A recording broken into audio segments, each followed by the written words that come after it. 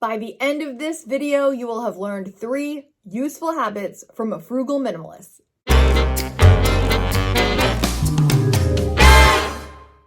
When I think about being frugal, I think about not being wasteful.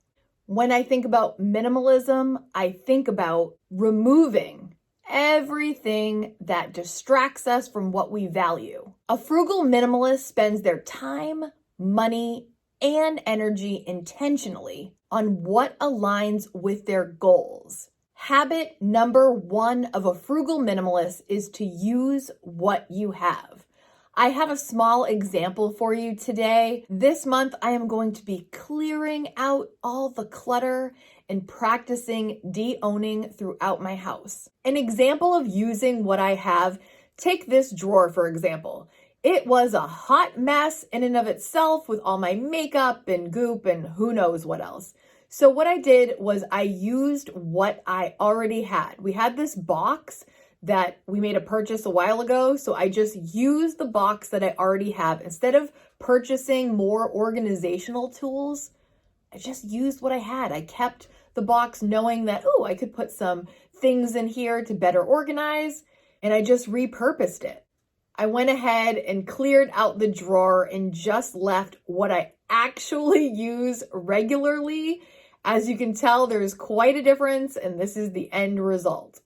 Instead of buying additional things, look around your house first and see, is there something I can repurpose, reuse without spending a dime and still get what you need? Habit number 2 of a frugal minimalist, eliminate everything you don't need.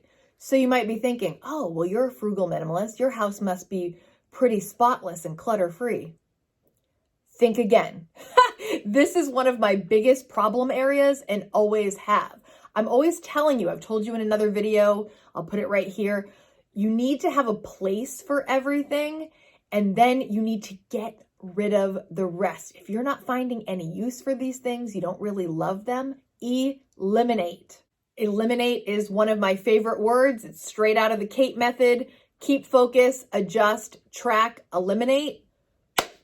Eliminate everything in your house that doesn't align with your goals. Now, easier said than done. And this is the month I am going to be focusing on this all month long.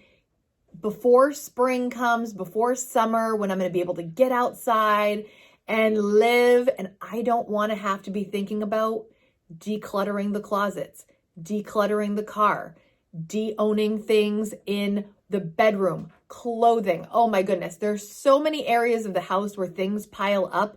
And this is the month where I am going to attack. You've got to come up with your own system of when things come in, where it goes, or when something comes in, what else can you eliminate to make room for the new things? You've got to come up with a plan of your own, something that works, something that's sustainable, and something that you consistently do so the clutter creep doesn't creep in.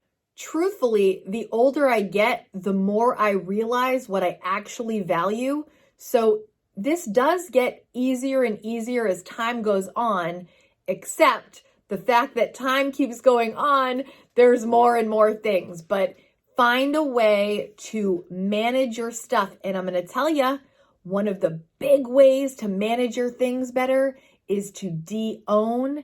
I will leave that video at the very end screen of this one, so you can just click on that next. It's a term I learned from Joshua Becker, and I think it will be very useful for you if you are going to be removing all the things that are no longer serving you in your own home.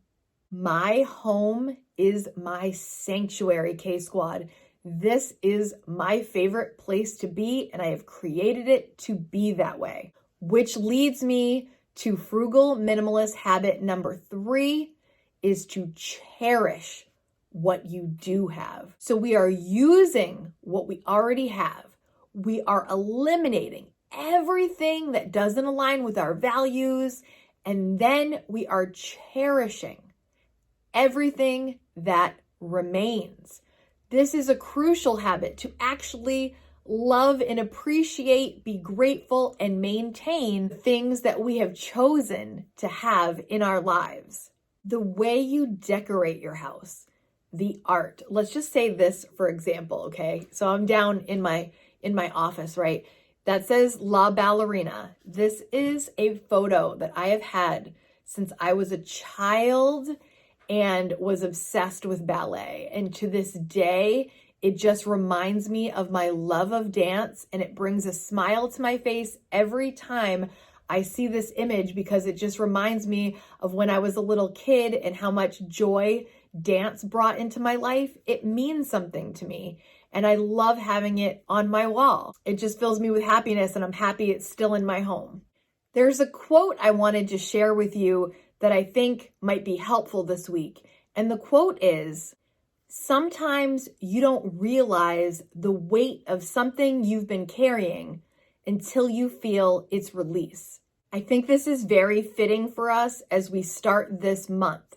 We want to remove all the things that we've been carrying that are weighing us down. I say carrying, not necessarily physically carrying, but there are some things that we might be carrying that we don't even realize we're carrying. The weight of debt, physical weight, toxic relationships, shame, self-doubt.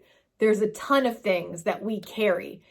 And sometimes when we just put it down, we can breathe again. We're not going to get into all the details of all those things I just mentioned, but the weight of things sometimes is so heavy, and all we've got to do is put it down.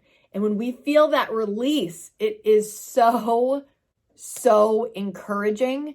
But let's start with our homes. Our homes are our sanctuaries, and we don't need it filled with things we don't love or need. Think of all the time, the money, and the energy you could save if you were only surrounded by the things you actually loved and cherished and used. Nobody wants to spend time dusting knickknacks of stuff you don't even care about. Nobody wants to spend weekend after weekend organizing and reorganizing again and again and again. It's a waste of your time. It's a waste of your energy, which can result in wasting your money also. If it's costing you time, money, and energy, make sure it's worth it. Use what you have. Get rid of everything you don't need or really want, and then cherish all that you've got, which I bet is a lot. I feel like these 3 habits alone will free up time to spend your time, money, and energy on the things you actually want to spend time on, like your relationships, your friends, your family, the important stuff. Now is your turn. Of the 3 frugal minimalist habits mentioned in this video, which is one that you'd like to work on maybe a little bit more? Please leave it down in the comments. Bun says hi. If you like talking about frugal living, budgeting, saving money, minimalism, or just like looking at cute cats, please hit subscribe. Don't forget to smash that thumbs up on the way out of here if you like this kind of content. If you want more, of course, I make videos every single Friday, but I'm going to leave 2 videos for you, one here and here, that I think you're going to like next. Thanks everyone for watching. See you next time.